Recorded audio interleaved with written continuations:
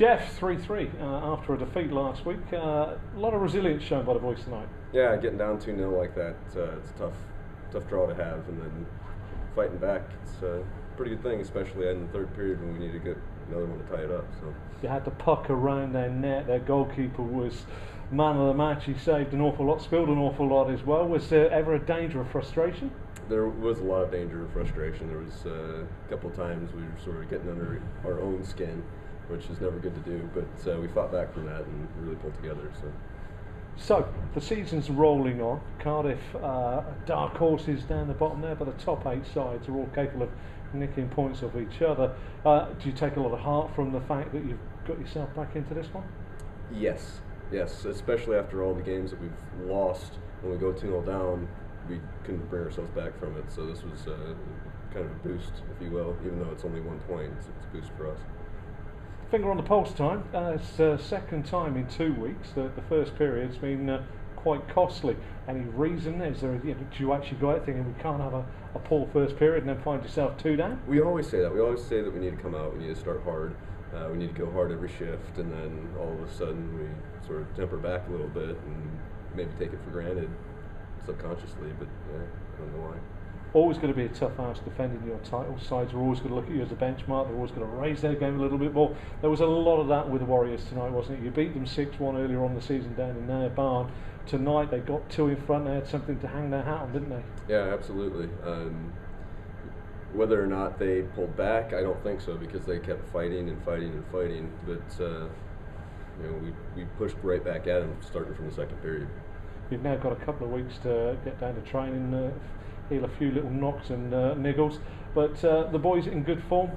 Yeah, I'd say so for the most part. This is the first time that most of our team is healthy. We still have one with a sort of nagging eye injury. But other than that, the vast majority of us are healthy, and coming into 2 weeks, everybody will just have enough time to rest up again and get going. Mason Wild made his way back today. He'd been on holiday. When you're away from the ice, is it difficult to get yourself right back up to speed?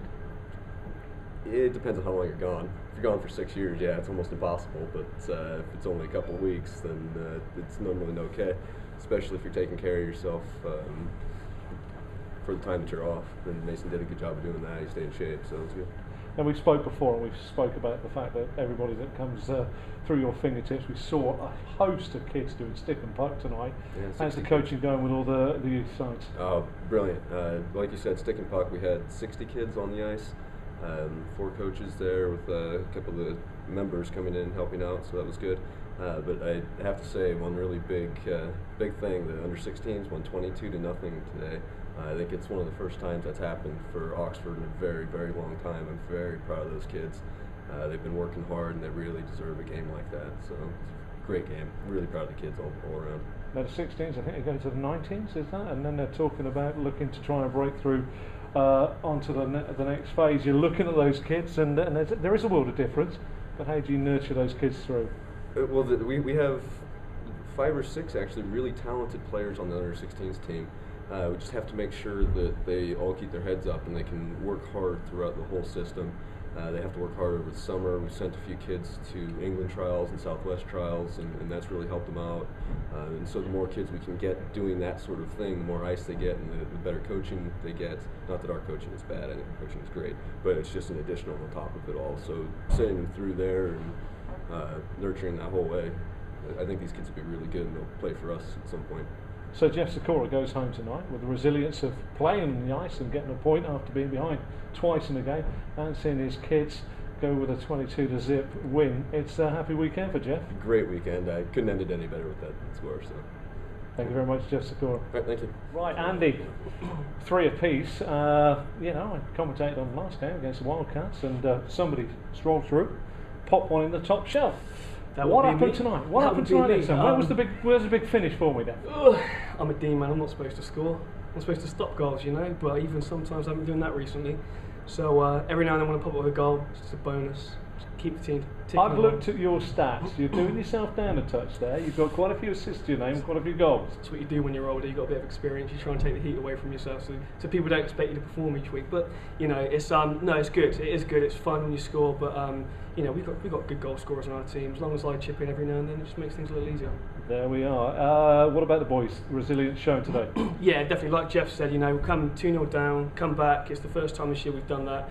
Hopefully it can kind of get us rolling now onto a few winning streaks, hopefully, but we'll just play, you know, each game as it comes. We've got a week rest, which we're all going to take the opportunity to have some bonding time in a nightclub, I believe. So Wow. that should be fun, but no, I mean, it's all good fun. We're a good bunch of guys and we spend a lot of time together, so it keeps us moving. There are a lot of time spent together travelling. You know, you were down in the Principality last week, and the first period was instantly forgotten. I did ask Jeff the same question. You know, this first period nightmare keeps coming along. Yeah, we just need to get out of the blocks. You know, we keep saying it week in, week out, and we're not doing it. We've got to look at ourselves, really. You know, we've got a new bench coach, Paul Donahoe, so hopefully his input will kind of get us going again. But yeah, it's something we really need to look at. I don't know why it is. No one can really put their finger on it. It's just, you know, I mean, this one was better than Cardiff, let's put it that way. So hopefully we're kind of moving in the right direction. Now, Cardiff last week, I was listening to Darren Elliott. They were very quick across the ice. They popped the puck in behind you and sort of chased it. It was a young side again today. Yep. You know, I don't want to use the word veteran, but veterans are out there. You know, we are. There's a few out there. Are you looking to your bench for the youngsters to help cover?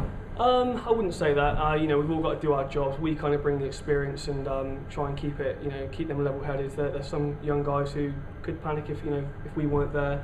So we all kind of we've all got our own attributes and we all try to help out in one way or another. But you know, the kids have the energy. You know, it's got older guys. Our legs are kind of letting us down a little bit as we get a bit older. But you know, we can still play at this level, so it's okay. Now, correct me if I'm wrong, but I think it was Joe Edwards that came back from a nasty foot injury today. You know, what did you think? He's come back on the ice after quite a while out. Yeah, he played in Cardiff last week and scored the only goal. You know, real nice top shelfer. He looks lively again. I think it's just a bit of a confidence thing. As soon as he gets his confidence back, and you know, he knows that the ankle's fine, he'll be back on form. He'll be banging in some goals. Now, I think he slapped one in there today that got disallowed. And we were trying to work out in the commentary box exactly why that was. I don't know. Brown looked at his whistle and kind of said that he called it off, but I thought he called it on. But apparently someone went through the crease, I think. So it's just one of those things. You kind of get on with it and try and do your bit. But it's disappointing, but it's just the way it goes. Rubber the Green not falling for the Stars? Yeah, I'm sure it will at some point soon. Rubber the Green in the showers apparently is still making most people smile. Freezing. Absolutely freezing in there. I think the rink staff need to look at themselves and turn the heating up a little. Wow. It's not what you want after a hard session on the ice. So, team bonding, where are we off? Can't tell you that. You might end up showing us up with your dance moves. Hey, I'm Billy Connolly. I can do anything. Come on. Anything you like. Let's go. Dave Wallington joins us, a legend of the Stars. Now, don't laugh. This is true. This is real life. So, I can't understand Dave Wallington. I would have thought it would have been Wazza, not Gazza. Where did that come from? Many years ago when I first started, derived from the footballer Paul Gascoigne. Unfortunately, I had the misfortune to look a little bit like him when I was younger, and it seemed to have stuck. And most of those players are now wearing glasses.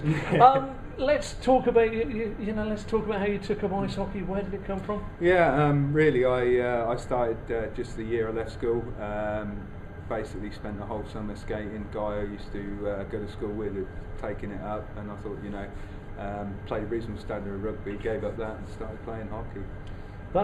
That's quite a departure, rugby to ice hockey. Was there just something? It was more the physical side of it. I think I remember BBC Two used to broadcast the Heineken finals from Wembley every year, and I remember one year sitting and watching that and thinking, I wouldn't mind being able to play that. It was just when the ice rink had opened here at Oxford and 30 years ago, and I used to think, I think I could do that, and 5 years later I started playing and never looked back since. Talk to a lay person here. I'm thinking to myself, get on the ice if I can skate around without hitting the wall, and all the rest of it. But how do you work on those skills to be able to skate and control, a bit of vulcanised rubber. I think at that speed. it's just practice. As I say, I mean, for me, I spent every day down here for the best part of 6 months to a year, you know, and that was just to get up the ability in the skating to then be able to put a stick in my hand and try and play.